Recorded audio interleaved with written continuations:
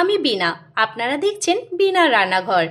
আমার চ্যানেলে স্বাগত জানাই। আমার সমস্ত রান্নার আপডেট সবার আগে পেতে বেল নোটিফিকেশনটা অবশ্যই অন করবেন। আমি আজ বানাবো চিকেন কাবাব। চিকেন কাবাব তো আমরা সবাই খেতে ভালোবাসি, তাই রেসিপিটি একবার দেখে নিন।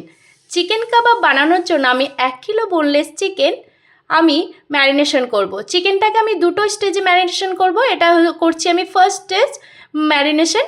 তো চিকেনটাকে ফার্স্ট স্টেজ ম্যারিনেশন করার জন্য আমি আদা রসুন বাটা, পাতিলেবুর রস আর স্বাদ মতো নুন, ধনেপাতা, পুদিনা পাতার, কাঁচা লঙ্কার বাটা আমি চিকেনে দিয়ে দিচ্ছি।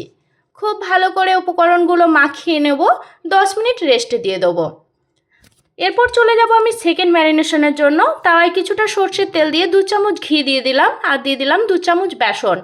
একদম গ্যাসের ফ্লেমটা কম করে রেখেছি। বেসনটাকে ভালো করে ভুনে নেবো, সুন্দর একটা কালার, সাথে একটা সুন্দর গন্ধ বেরিয়ে আসবে, ততক্ষণ পর্যন্ত ভুনে নেব। আর হয়ে গেল। এরপর আমি কিছুটা সর্ষের তেলে বেশ কিছুটা কাশ্মীরি লঙ্কা ভালো করে মিক্স করে নেবো। এরপর ওতে চিকেনটা দিয়ে দেবো। এতে খুব সুন্দর একটা কালার আসবে। আর্টিফিশিয়াল কালার ব্যবহার করার দরকার হবে না, আমি সাধারণত এটাই করি।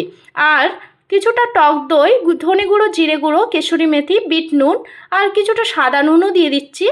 আর দিলাম গোলমরিচের গুঁড়ো।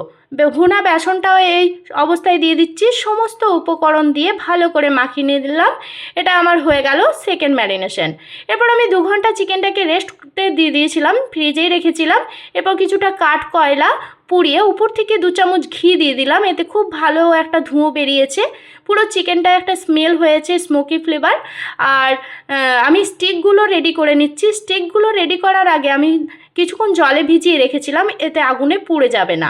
স্টিকগুলোর উপরে বাকি মশলাটা আমি ভালো করে মাখিয়ে দিলাম। দেখে নেন আমি স্টিকগুলো কিভাবে রেডি করেছি। সুন্দরভাবে রেডি হয়ে গেছে। এবার চলে যাচ্ছি আমি স্টিকগুলো ভেজে নিতে। আমি তাওয়াতে কিছুটা তেল দিয়েছি, একদম ডুবো তেলে ভাজবো না, কিছুটা তেলে আমি স্টিকগুলো ভেজে ফেলবো। কাজটা খুব তাড়াতাড়ি হওয়ার জন্য আমি 2টো প্যান বসিয়ে দিয়েছি, 2টো প্যানেই আমি চাপিয়ে দিয়েছি স্টিক। আস্তে আস্তে এগুলো ভাজা হয়ে যাবে। খুব কম আছে না, মিডিয়াম আছে, এগুলো আমি ভেজে নেবো। কোনো রেস্টুরেন্ট থেকে কাবাব অর্ডার করলে 6 থেকে 8 পিসের বেশি পাওয়াই যায় না। আর যা দাম, তাতে বাড়িতে বানালে 3-4 প্লেট আরামসে হয়ে যায়। তাই খুব সহজে বানিয়ে ফেলুন। আর বাড়িতে গেস্ট এলে অবশ্যই এই রেসিপিটি বানিয়ে ফেলবেন, দেখবেন সবার খুব পছন্দ হবে। আর একদম রেস্টুরেন্টের মতন বানাতে চাইলে রেসিপিটি একবার দেখার অনুরোধ রইল। সাথে থাকবেন আর ভিডিওটা দেখতে থাকুন শেষ পর্যন্ত আমি কিভাবে করছি। আমি চিকেন স্টিকগুলো একটু করে উল্টে দিলাম, লাল হয়ে গেছে, হালকা লাল হয়ে গেছে। এটা আমি একদম কম আঁচে করব না, তাহলে চিকেনের একটা পানি কাটবে।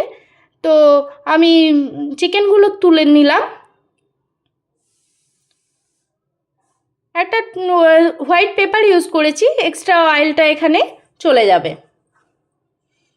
ভালো করে আমি সমস্ত চিকেন স্টিকগুলো তুলে নিলাম। এরপর একটু তন্দুরি ফ্লেভার দেওয়ার জন্য স্টিকগুলোকে রুটি সেকার নেটের উপরে একটু পুড়িয়ে নেব, হালকা করে পুড়িয়ে নেব। এতে খুব সুন্দর দেখতে এবং খুব সুন্দর খেতে আসে, খুব ভালো একটা ফ্লেভার পাওয়া যায়। আর উপর থেকে একটু বাটার ব্রাশ করে দেবো। চিকেনগুলোকে একদম ড্রাই হতে দেবো না, একটা জুসি ভাব থাকবে চিকেনে, তাই উপর থেকে একটু বাটার ব্রাশ করে দেওয়াটা খুবই দরকার। চিকেনগুলো ভালো করে আমার পুড়ে গেছে। সমস্ত চিকেন এভাবেই করেছি। আর মাঝে মধ্যে একটু করে বাটার ব্রাশ করে দিচ্ছি, যাতে আমার চিকেনটা একদম শুকিয়ে না যায়। একদম হয়ে গেল চিকেন কাবাব। খুব সহজে, খুব তাড়াতাড়ি হয়ে যায়, একদম রেস্টুরেন্টের মতন খেতে। একবার বানিয়ে দেখবেন, খুবই ভালো লাগবে। আজকের মতন টাটা।